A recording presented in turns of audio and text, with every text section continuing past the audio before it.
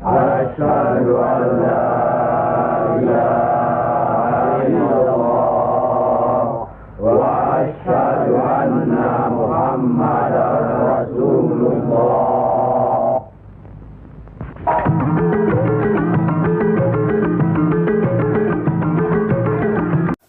Assalamualaikum warahmatullahi wabarakatuh.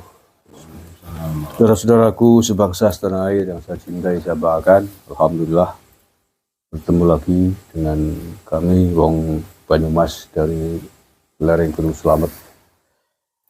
Alhamdulillahirabbil alamin, pada malam hari ini, hari Minggu malam tanggal 5 November 2023, saya sedang berada di lereng Gunung Slamet, ya tidak jauh lah dari lereng Gunung Slamet, di kediaman Pak Kiai Hayun di kawasan lereng Baturaden. Beliau adalah santri Pondok Pesantren Al-Ihya Ulumuddin Kesugihan Cilacap dan pernah menjadi muhibbin Habib selama kurang lebih 30 tahun ya? 35 tahun. Di bukan muhibbin kaleng-kaleng.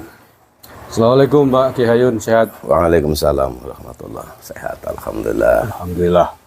Terima kasih sebelumnya saya ucapkan kepada Hayun malam hari ini menerima kami para YouTuber dari lereng Gunung Slamet di Banyumas untuk bercerita, berbagi pengalaman terkait selama ini menjadi muhibbin Bani Alawi, para habaib, dan alhamdulillah yang kemudian setelah 35 tahun setelah melihat tesisnya Kiai Maduddin Usman, setelah melihat banyak fenomena sejarah Habib yang batil, yang tidak benar dengan segala macam detailnya, alhamdulillah beliau hari ini telah menjadi orang yang sadar tidak menjadi muhibbin lagi, tapi karena beberapa informasi tadi sekarang beliau sadar dan bertekad untuk menegakkan kebenaran, menjaga NKRI berdasarkan ilmu pengetahuan yang bisa dipertanggungjawabkan. Di antaranya adalah terisnya Kiai Maduddin Usman. Baik, saya akan ngobrol-ngobrol dengan Pak Hayun. Yang pertama mungkin Pak Hayun bisa menceritakan awal mula kenal Habib itu kapan dan di mana. Silakan Pak Hayun. Oh ya, terima kasih. Assalamualaikum warahmatullahi wabarakatuh. Pengalaman saya kenal dengan seorang Habib. Emang saya itu asli dari lereng Gunung Slamet. Itu turun ke Cilacap itu di Pondok Pesantren Kesugihan Al-Ihya Ulumuddin dalam rangka nyantri ya? Dalam rangka nyantri. Dan pengalaman saya itu memang dari dulu memang orang ya mantan daripada Gang Sadar. Dari tahun 80 itu saya sudah di tempat Gang Sadar sampai 87, 88 saya masuk Kesugihan. Nah, begitulah saya di Kesugihan. Itu awal di Kesugihan itu saya belum nggak tahu, kiai aja baru tahu di itu, apalagi Habib. Gitu. Nah, waktu itu ada Habib masih anak-anak lah gitu, tapi sudah brengsek lah istrinya, pokoknya gak bikin reseh lah. Nah, saya itu saya juga mantan dari Gang Sadar. Ya melihat seperti itu ya hati itu ingin tantang gelut. Rontak lah yang nggak terima. Iya, tantang gelut gitu. Nah, tantang gelut, tapi ada teman akhirnya diklarifikasi, jangan, ini Habib, nanti ini adalah turunnya Rasulullah, nanti kamu kewalat, Nah, dari situlah saya mulai terdoktrin. Nah, Tahun 80-an. tahun 88. 88. Iya, tahun 88 itu berarti. Nah, disitulah awal saya kenal dengan Habib. Oke, jadi awal kenal Habib di Pondok Pesantren Al-Ihya Ulumuddin Kesugihan ya. Iya. Oke. Terus setelah itu bagaimana? Ya, Perjalanan perkenalannya dengan Habib. ya udah akhirnya akrab dengan Habib-Habib saya. Nah, waktu itu emang yang nyantri di Kesugihan itu banyak, termasuk Habib-Habib gitu. Waktu itu. Sedekat apa hubungannya dengan para Habib ketika di pondok? Ya, seperti tetap saya muliakan orang. Begitu saya tahu tentang Habib itu, saya tetap memuliakan. Ya cium tangannya, ya apalagi disuruh gitu, ya oke. Pokoknya apapun yang disuruh Habib laksanakan gitu. Iya.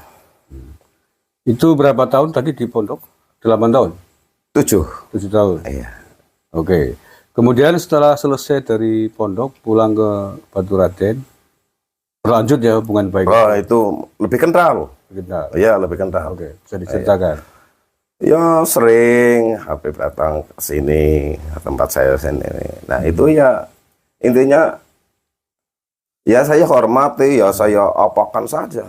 Sering itu. Ya. Intinya akhirnya mencari uang lah. Bahasa sana itu torik. Toriknya mana Yun? Gitu. Torik, Bahasa penunjuk jalan. ya itu. Saya itu akhirnya menjadi intinya saya jadi kurir, termasuk juga korban. Kurirnya Habib ya. Kurir Habib. Menunjukkan jalan orang-orang yang memang mau- dianggap bisa memberikan uang Iya, begitu. untuk diberikan ke Habib. Iya. Oke. Atau untuk diantarkan ke rumahnya begitu. Iya, seperti itu. Atau kadang hanya alamatnya saja. Gitu. Dikasih tahu ke Habib itu, nanti Iya. Habib itu mendatangi. Iya. Itu yang disebut biasanya dawir gitu ya. Ya, Dawir itu bahasanya.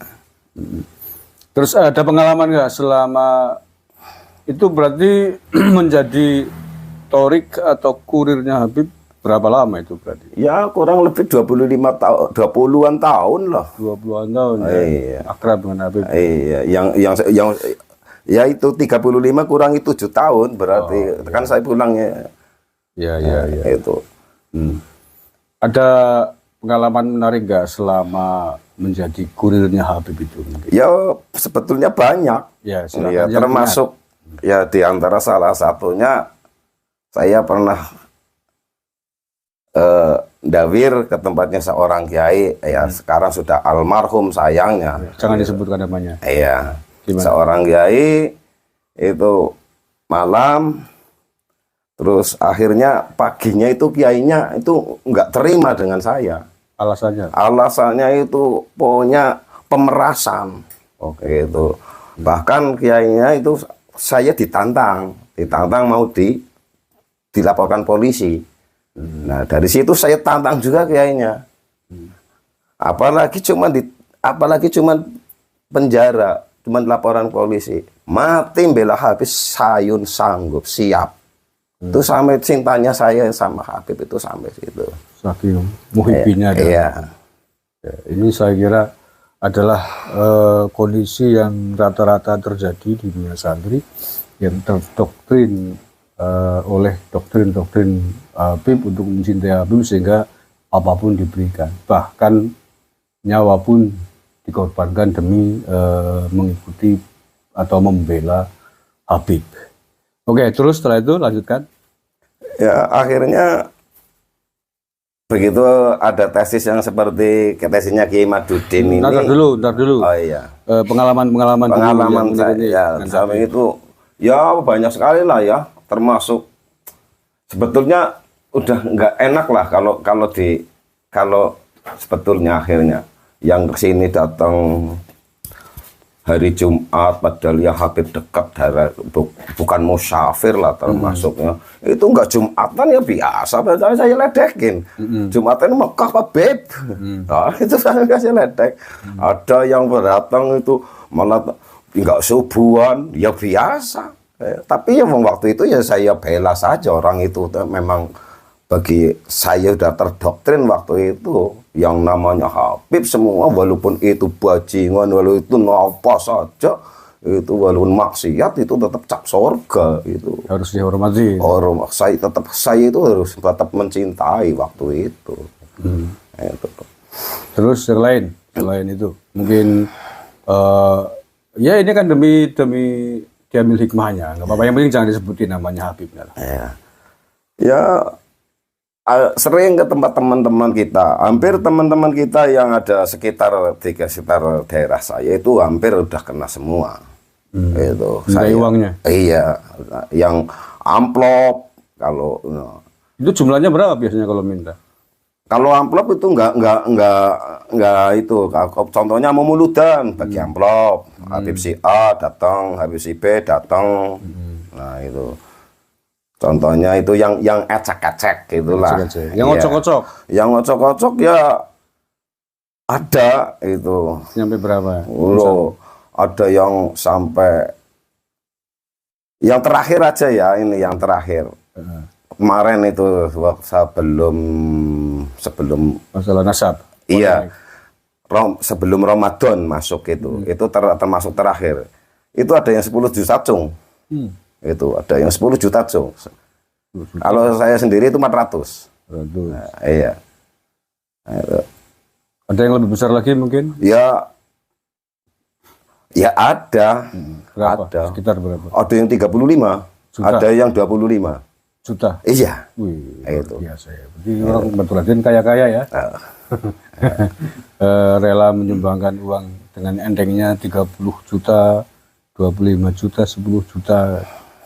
Itu bukti bahwa santri selama ini sesungguhnya sudah luar biasa muhibbinya dengan para habib. Oke, mungkin yang lain selain masalah dawir itu, perbuatan-perbuatan yang mungkin kita anggap maksiat lah atau tidak sesuai dengan syariat. Pernah ada Kang Hayun nemuin habib yang datang ke sini? Gimana? Yang perbuatan habib yang secara syariat itu melanggar. Pernah nggak? Ya itu tadi. Secara itu ya yang di luar ibadah, enggak sholat itu ya, Jumat enggak Jumatan, subuh enggak subuhan gitu. Itu termasuk. Ada yang kesini bawa orang perempuan, ya ada Pak. Istrinya mungkin? Bukan. Bukan, ya ada gitu. Tapi tetap husnudzon ya. Bahkan ada yang ganja. Buset. Ada yang ganja. Allah. Gitu. Ya waktu itu ya itu ada teman tanya itu sedang majdub gitu. Bukan majdub. Apa istilahnya? Sedang gemblung ya. Iya. Itu kalau ada teman kok itu habibnya masih hidup sana. Kalau yang ganja itu cuman saya nggak tahu persis, itu cuma kasini itu 2 kali. Bukan teman dulu gitu. Itu ya teman baru lah kemarin aja itu. Tahunya ganja dari mana? Nah, saya kan tahu. Paham. Dari aromanya, dari rupanya, itu lintingannya. Iya. Itu dan dia sudah sempoyongan. Gitu. Ya malum karena beliau penguasa Gang Sadar, jadi paham lah dengan dunia begitu ya. Baunya aja paham lah. Ibarat seorang montir mobil kan, dengar suara aja udah kelihatan, loh ini karburatornya kotor, oh ini remnya, kita maklumi itu. Oke, ada lagi yang mau diceritakan mungkin pengalaman buruk dengan Habib? Ya seperti apa sih Pak? Ya sebetulnya ya banyak sekali sebetulnya, tapi mau diperincikan ya hampir sama sebetulnya dengan yang di sana itu hampir sama. Kalau yang terbaru kan ada kasus Habib selingkuh dengan istri orang, bermain wanita. Iya. Pernah? Oh tadi udah disebutin ya. Iya. Yang lain udah enggak? Urusannya dengan perempuan. Oh, yang sering dengan orang perempuan. Ya ada seorang Habib itu keluar dari hotel, nabrak tetangga saya. Itu ya termasuk ada nabrak tetangga saya, meninggal. Nah, akhirnya dia minta tolong kepada seorang kiai Nah, seorang kiai menunjukkan suruh membelain itu ada seorang santri yang suruh belain. Akhirnya ya dia padahal meninggalnya itu meninggali anak yatim 2. Astagfirullah. Itu tanpa denda, tanpa penjara akhirnya.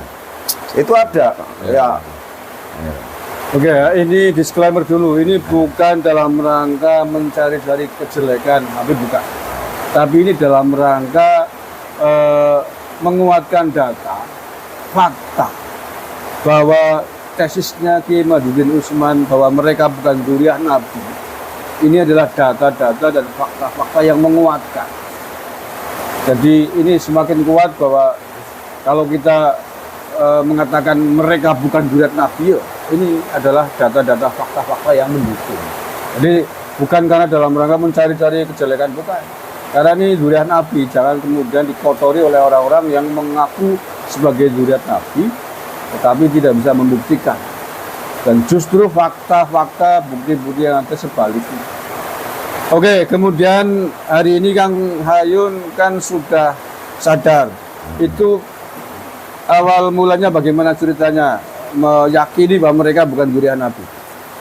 Ya, karena pertama itu saya melihat itu di YouTube itu ada tes yang mengungkap itu Kiai Madudin itu. Jadi akhirnya saya itu pikir kok pas. Maksudnya kalau saya tentang nasab saya nggak menguasai. Tentang sejarah saya nggak menguasai, tapi saya fakta di lapangan. Gitu. Saya masa kalau turunannya Rasulullah benar ya misal seperti ini. Nah itu saya lebih kuat. Itu karena saya kuatnya itu dari situ. Karena di lapangannya, bukan karena ya diawali memang dari tesisnya Kiai Madudin dan sejarah-sejarah, tapi kan saya tentang ilmu nasab, kitab nasab saya enggak menguasai. Pokoknya makmum sama Kiai Madudin. Iya, hanya taklid saja itu. Tapi taklid saya ya udah kebetulan alhamdulillah ya sudah nyampe ke tempat Kiai Madudin sendiri. Sudah langsung di sana. Alhamdulillah. Dan sejarah-sejarah ya saya hanya sebatas melihat di YouTube itu aja. Saya memang bukan ahlinya. Ikut mempelajari lah ya, ikut mendengarkan. Saya pelajar, nah itu lebih kuat saya. Kuat dan sekarang percaya ya bahwa mereka bukan dzurriyyah Nabi. Oh, saya 100%. 100%. Percaya bahwa mereka bukan, karena hanya saya keyakinan dengan melihat faktanya. Faktanya ya. Ya, digabung berarti data, fakta ditambah penelitian manuskripnya Kiai Madudin Usman dan kemudian ada cerita sejarah-sejarah. Iya. Akhirnya 100% tidak percaya bahwa tidak percaya kalau saya yakin. Kalau saya yakin kalau dzurriyyah Rasul betul, tidak mungkin akan maksiat yang seperti itu yang saya alami. Oke, yang terakhir Ayun, setelah percaya 100% bahwa mereka bukan dzurriyyah Nabi, bukan dzurriyyah Rasulullah SAW, sekarang Kang Ayun, Pak Ayun, apa yang mau dilakukan? Ya, saya selalu termasuk menggembor-gemborkan ini kepada teman-teman yang terutama saya minta maaf malah bahkan. Saya minta maaf dengan teman-teman yang saya dawiri. Yang saya minta maaf. Itu yang pertama. Nah, itu. Yang kedua, saya itu selalu ingin, saya dulu mencarikan jalan ini. Ya, sekarang ya saya mencari kebenaran. Itu. Kebenaran ya. Iya. Seandainya ini kan belum lama, Bang. Bulan puasa kemarin, bahkan mungkin setelahnya sering ada Habib kesini. Kalau sekarang ada Habib kesini, apa yang akan Hayun lakukan? Ya, kalau habis ini saya hormati kalau dia mau mau itu tamu. Ya saya hormati kalau tamu. Masalahnya di situ ya siapa yang mau menghormati tamu, itulah orang yang beriman. Itu ajaran Islam ya. Iya. Sebatas menghormati. Menghormati. Tapi kalau sudah macam-macam wong tamu ya saya itu. Ada haknya masing-masing. Iya. Tapi kalau seandainya kesini lagi Habib kemudian mengaku saya Ahlul Bait. Loh, saya tentang ini Beb, saya punya HP ini Beb, ini apa betul Beb. Oke. Nah itu. Kalau perlu mungkin suruh tes DNA mungkin. Nah, malah saya ingin sekali kalau itu. Itu semoga para Habib itu ya sadarlah, ayolah kita kembalikan Islamnya.